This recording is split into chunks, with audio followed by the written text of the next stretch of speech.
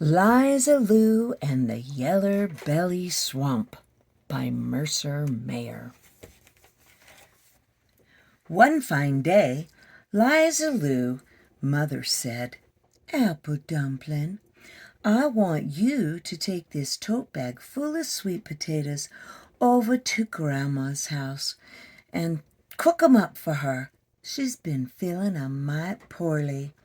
But mind you be especially careful when you cross the Yellow Belly Swamp."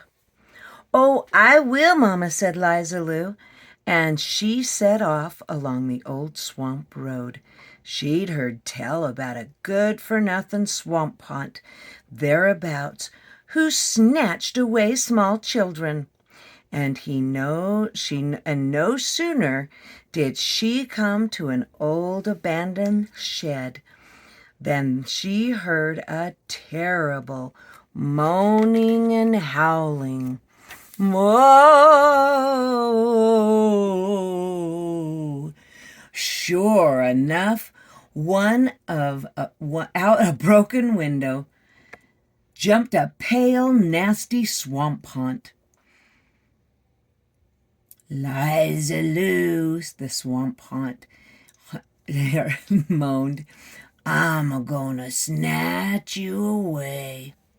Oh, Mr. Swamp Haunt," cried Liza Lou, "snatch me away if you must, but please, oh please, don't snatch away my tote bag full of sweet potatoes." Now, a swamp haunt may be good at snatching, but he's none too good at catching on. Lickety-split, he snatched that tote bag right out of Liza Lou's hand. "Oh, no," cried Liza Lou. "Whatever you do, don't carry those sweet potatoes over to my grandma's house, and please, oh please, don't cook 'em up in a pan." But before you could say, Yeller Belly, Cottonmouth, Possum up a tree, "You can catch the swamp fever, but you can't catch me." That good-for-nothing swamp haunt ran clear through the swamp to Grandma's house, just so's he could cook up those sweet potatoes and make Liza Lou miserable. Now, Grandma loved fried and cooked up sweet potatoes, fresh cooked up sweet potatoes, but she surely did not like any good-for-nothing swamp haunt messing around in her kitchen. So before she sat down to eat, 1, 2, 3, she picked up that still-hot frying pan and shooed him right out of the door. By that time, Liza Lou was safe at home having a fine sweet potato dinner with her mother. The very next morning, Liza Lou's mama said, "Sugar Plum, I want you to pole across the swamp and take these hot huckleberry muffins to your Auntie Jane. But mind you hurry over, 'cause there's no sense dilly-dallying in that Yellow Belly Swamp." Liza Lou took good advice, did what she was told. No dillying under a bobcat, no dallying by a cottonmouth, and not a bit of dilly-dallying alongside an alligator. By and by, she came to Auntie Jane's. After a tasty lunch of black-eyed peas with huckleberry muffins for dessert, it was time to pull back home.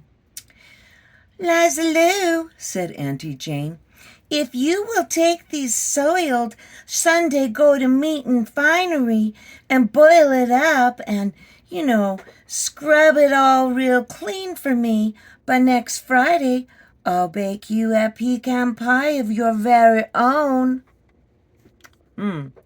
"But you get on home real quick now, you hear, 'cause you don't want to be out at the Yellow Belly Swamp after dark." Liza Lou did not have to be told twice. She knew all about the wicked swamp witch lurking out there in the tree reeds. If she ever caught you, well, there was no telling what she'd do.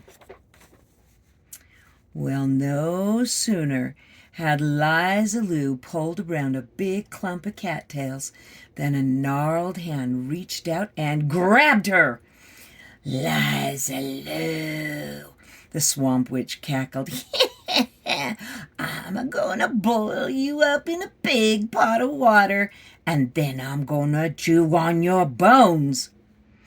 Oh, Miss Swamp Witch, cried Liza Lou. Boil me in a big pot of water if you must, and chew on my bones as much as you like, but please, oh, please don't boil this precious little child I got cradled in my arms. Now, everybody knows that a swamp witch is meaner than a stomped-on polecat, but not everybody knows that she is blinder than a cave bat.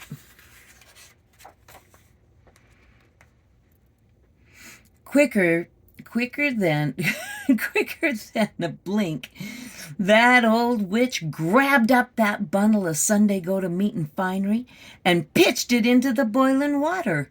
She snickered as she stirred and stirred. But just because a swamp witch can't see doesn't mean she can't sniff out a lie. I don't smell no child a-cooking in this pot, she said suspiciously. Why, Miss Swamp Witch, said Liza Lou, sweet as syrup, then maybe you should smell a little closer. So the witch leaned way over the pot, and she sniffed, and she sniffed. There ain't no little child in this pot at all, growled the witch. But before you could say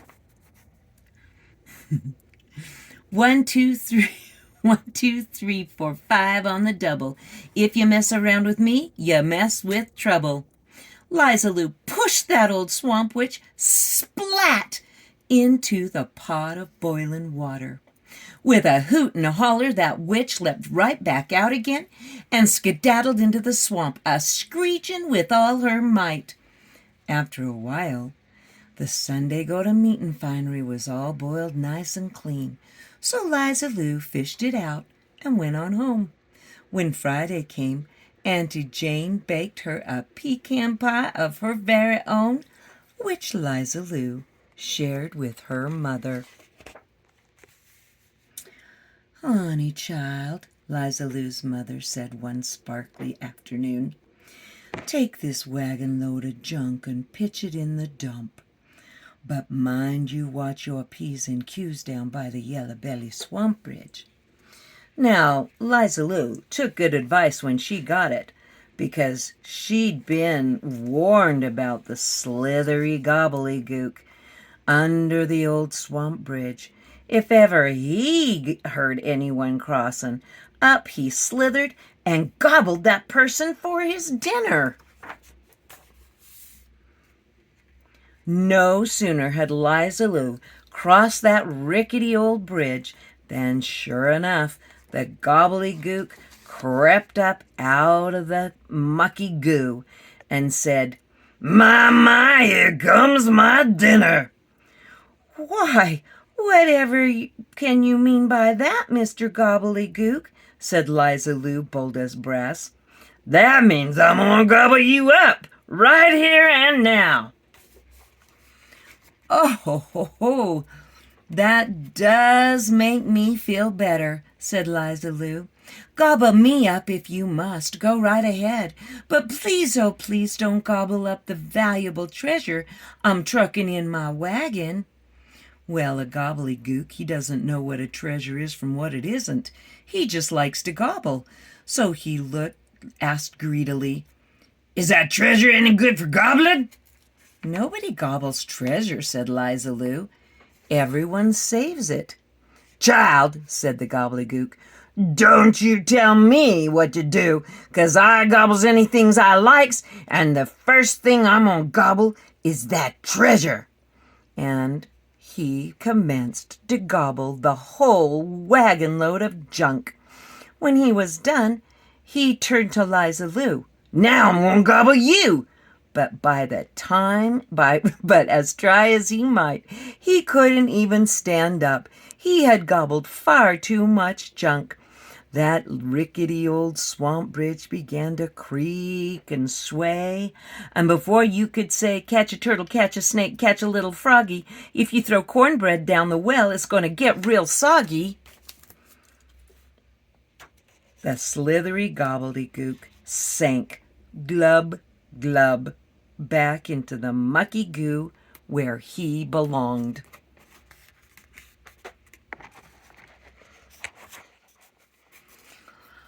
Oh, well, thought Liza Lou, as she drove her mother's wagon back home, that bridge wasn't too safe anyway. Bright and early the very next day, Liza Lou's mother said, "Hush, puppy, I want you to take this jug of blackstrap molasses over to the parson's wife so she and the parson can have some with their breakfast hot cakes. But mind you be most particular when you pass that old well at the far side of the Yellow Belly swamp." "Oh, I will, Mama," said Liza Lou, because she knew all about the sly swamp devil who lived in the bottom of the well.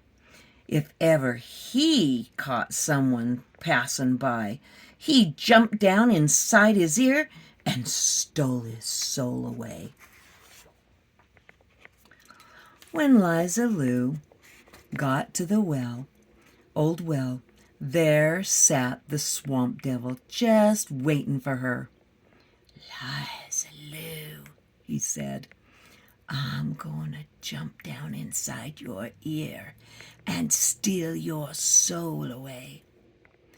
Now, a swamp devil is a mighty tricky guy, so Liza Lou knew she'd better do some pretty fancy thinking.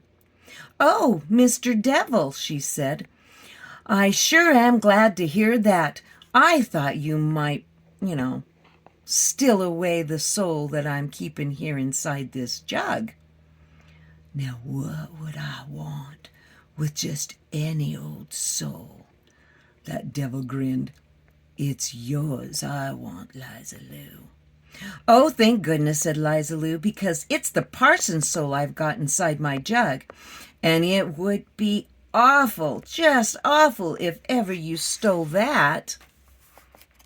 Well, of course, there's nothing in this whole wide world a sly swamp devil likes more than a parson's soul. "Open up that jug, child," said he wheedled, "and you just let me see the parson's soul." Well, Liza Lou let him take a peek.